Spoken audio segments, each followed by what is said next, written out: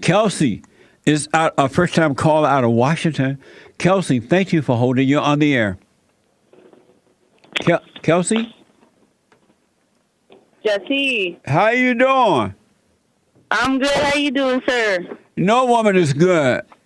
All is well. All is well, sir. Well, hey, look, check this out. I'm calling to give you a huge thanks in saving my husband, who is 41, and he's officially sober. He was drugged at age 2, and I mean that by he was put on speed by his controlling narcissistic mother and super beta male father. Amazing. And because of you, he has overcame all of those challenges, realized that he truly did resent his mother and his beta male father. Yep. And wow. we're going to be homeschooling our 5-year-old. So he can't sacrifice his soul to the liberals. That's right. That's right. Children of the lie. Wow. Thank you so much, Jesse, because if it wasn't for you, I don't know where he would be at right now in life. That's amazing. Well, you're welcome. It really is. How long you been? He hasn't smoked no pot either. Put down the pot. The pot. I still medicate, but like you say, once the man's the leader of the family, I will too follow his lead. That's right. That's right. How long you been married? We are going on 6 years in July. Congratulations. We've been together 9. Congratulations. Thank you. He's 13 years older than me. He's definitely not a beta. Right on. Well, I'm glad that you realized the order too. And if you and your husband continue down this right path, your kid, your son or your daughter they're going to have an amazing life, because whatever the parents are is what the kids will become. And so God bless you for waking up and doing the right thing. I hope that he does. Our little boy is 5, and like you were talking about earlier, when you used to work as a child after school, he's 5.5, and he's always chopping down wood for the fire. Right on. My parents, and he's all about hard work, and he's 5. I mean, he has better work ethic than most of these, generation. I'm 29, so I'm following that generation of slackers, if you will. Well, I'm so glad to hear that about your son, because, as I said earlier, when we got out of school during the day, we didn't come home and run play with our friends and all that. We went to work. We had to work, and it was the best thing for us. And so if your son continued down that path, and especially with the father and mother on the right track, even if he leave home at 18, you would never have to worry about him, because he would be able to provide for himself. He wouldn't have to go out and hustle people, lie or steal or cheat for a meal. He would be able to earn his way. You would never have to worry about him.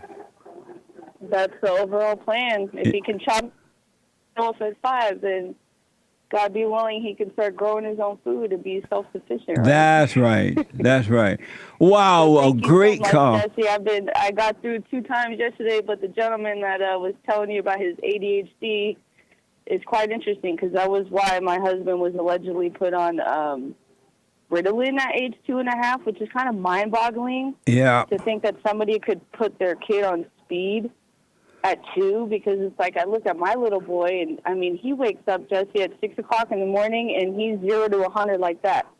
And that's right. So full of life and full of love and full of all of that. To just think that somebody could stick a pill down their 2-year-old's throat, it just is mind-boggling. But my husband, before I let you go, because I know you got callers, and I know how it is to wait, because I've been waiting for an hour and a half. Well, I appreciate it. But he recently went back down to California and to handle some business, and his parents live there. We're now in Washington. Thank God we're out of that hellhole. Yes. But and he called his parents, and he was gonna go to his parents, but his dad is such a weak beta male that he probably would have called the cops on him, and so he was like, I'm just gonna make a phone call. So he called, and he forgave them, and he said that you were right, Mom and Dad. All these years you told me I hated you.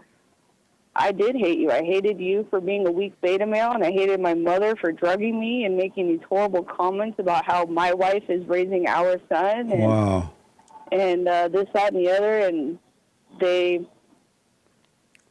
were they weren't that receptive, which is fine. And Yeah. his dad said, Yeah. well, Michael, you know, this isn't a genuine apology because you're not face to face, and I don't forgive you. And the most beautiful part about it was, you guys, my husband was so calm.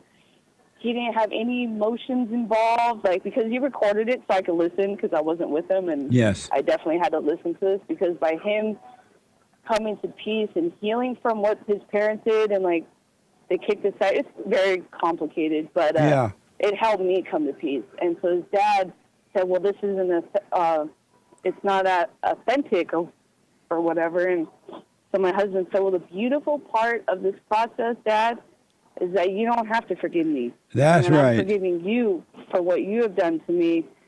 And I'm not going to follow your steps in being a weak beta male for my son. I'm going to be an alpha male, and I'm going to do the right thing for him. And Wow. they Amazing. didn't really know what to say. I bet. But I want to tell you that you and your husband are fortunate to be together as one. You're very fortunate because nowadays it's hard to find husbands and wives who really truly become one. And when you become one, God is with you and you cannot go wrong. So keep it up, all right? I will keep it up. It's all thanks to you, my friend. So thank you so much you're welcome. for saving him and saving us. You're totally welcome. God bless you. Thank you. Amazing. God bless you. All right. Amazing. Really amazing. I have goosebumps. And I know that only God can wake up people, but he used others to point those who are lost in the right way by being an example, being honest. You know what I'm saying? Doing it. It's amazing